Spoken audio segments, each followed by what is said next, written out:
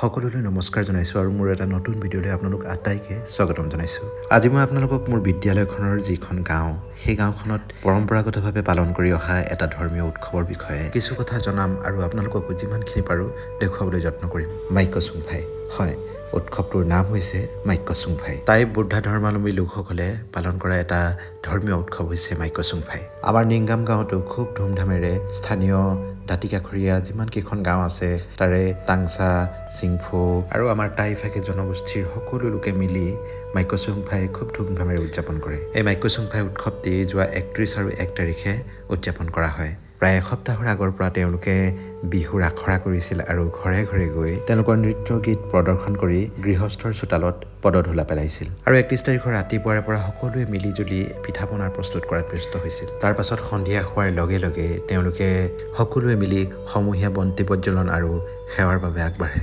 আমাৰ যেনেদৰে মাঘ বিহু বা ভোগালী বিহুত এটা মেজি প্ৰস্তুত কৰে, ঠিক তেনেকৈ তেওঁলোকেও মাইকচুংফাইৰ লগত সংগতি ৰাখি এটা কাঠখৰিৰে মেজি প্ৰস্তুত কৰে আৰু এই মেজিটোকেই মাইকচুংফাই বুলি কোৱা হয়।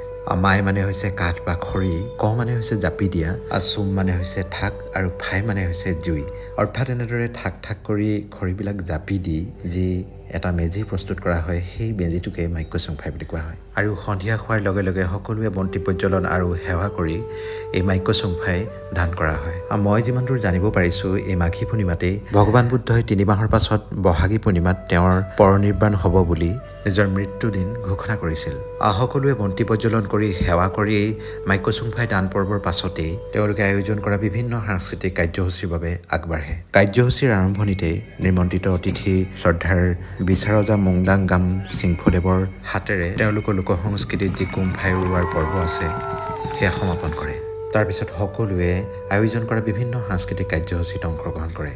অনুষ্ঠানটো যিহেতু মোৰ স্কুলৰ একেবাৰে কাষতে হৈছিল আৰু যিটো মই মাইকচুংফাই আপোনালোকক দেখুৱালোঁ, সেই মাইকচুংফাইটো মোৰ স্কুলৰ একেবাৰে সন্মুখতে বনাইছিল। আৰু সঁচাকৈ এনেধৰণৰ এটা অনুষ্ঠানত উপস্থিত থাকিবলৈ পাই মই নিজকে ধন্য মানিছোঁ। সঁচাকৈ আমাৰ অসমখন ইমান বাৰেৰহণীয়া নহয়নে? বিভিন্ন জাতি জনগোষ্ঠীৰ তেওঁলোকৰ নিজা নিজা লোক নৃত্য গীত বাদ্যৰে সমৃদ্ধ নহয়নে? সকলোৱে নিজা নিজা ৰীতি নীতি, ভাষা, কৃষ্টি সংস্কৃতিৰে মহীয়ান নহয়নে? আপোনালোকে নিশ্চয় জানে যে মই প্ৰতি বছৰে অসমৰ লগতে অসমৰ বাহিৰতো বিভিন্ন ঠাইত ঘূৰি মেলি সেই নতুন নতুন ঠাইবিলাকৰ মানুহৰ কথা বতৰা, তেওঁলোকৰ থকাৰ ধৰণ, নৃত্য গীত, তেওঁলোকৰ লোক সংস্কৃতিৰ বিষয়ে কিছু হ'লেও অভিজ্ঞতা বুটলিবলৈ চেষ্টা কৰি আহিছোঁ। আজি মোৰ স্কুলৰ গাঁওখনত অনুষ্ঠিত হোৱা এই মাইকচুংফাই উৎসৱটোত যি অভিজ্ঞতা লাভ কৰিলোঁ, সেয়াও এক উদাহৰণ। আৰু অনুষ্ঠানটোৰ আটাইতকৈ ভাল লগা কথাটো হ'ল খুব পৰিপাটিকৈ আৰু ছিষ্টেমেটিকলি তেওঁলোকে অনুষ্ঠানটো পাতিছে। আৰু এয়া কি গম পাইছেনে? এয়া হৈছে চুঙা চাউল। তেওঁলোকৰ ভাষাত খাওলাম বুলি কয়। খাও মানে হৈছে ভাত আৰু লাম মানে হৈছে সেকি দিয়া।